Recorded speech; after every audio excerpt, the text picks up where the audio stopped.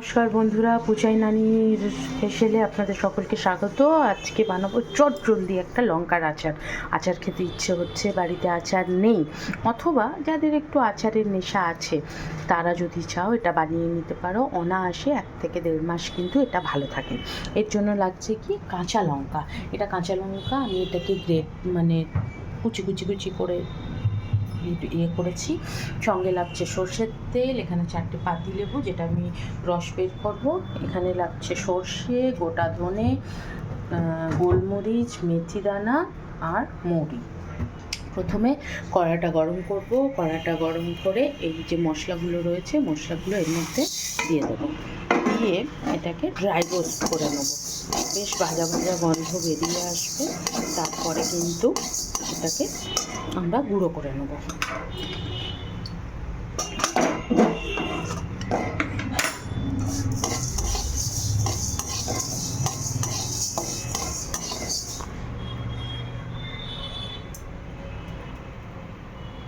দেখো বন্ধুরা, এটা ভাজা ভাজা হয়ে গেছে, খুব সুন্দর একটা গন্ধ বেরিয়েছে। এবার এটা বন্ধ করে নেব।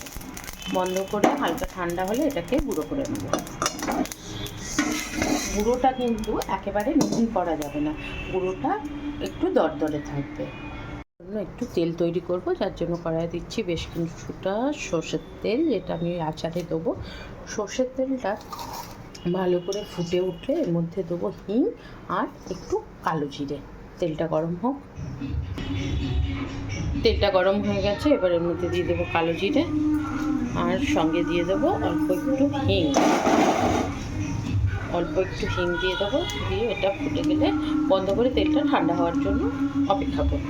ততক্ষণে আমরা মশলাটা দরদরেভাবে গুলিয়ে নেব। মশলাটা দরদরেভাবে হয়ে গেছে। এবার এই লঙ্কা যেটা আমি গ্রেট করে রেখেছিলাম সেটা একটা বাটির মধ্যে নিয়ে নিলাম। তার সঙ্গে ওপর থেকে দিয়ে দিলাম বিট নুন, বেশ কিছুটা বিট নুন।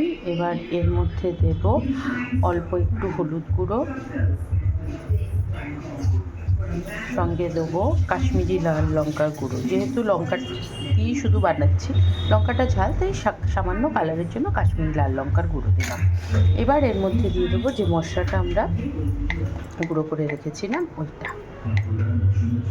সঙ্গে দিয়ে দেবো লেবুর রস।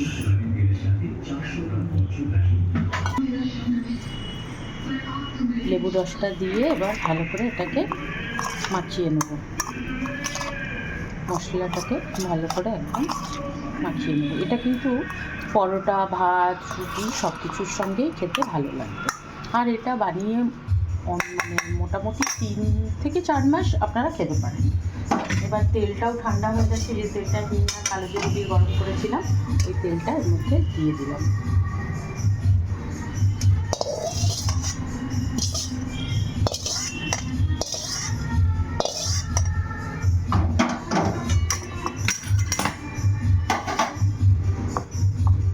ভালো করে এটা মাখিয়ে এবার রেডি হয়ে গেছে। এবার এটাকে একটা কাঁচের বয়ামে ভরে রেখে দেব। আপনারাও কিন্তু এই লঙ্কার কুইক আচারটা বাড়িতে বানাবেন এবং আমাকে জানাবেন কীরকম হয়েছে টেস্টটা। ঠিক আছে?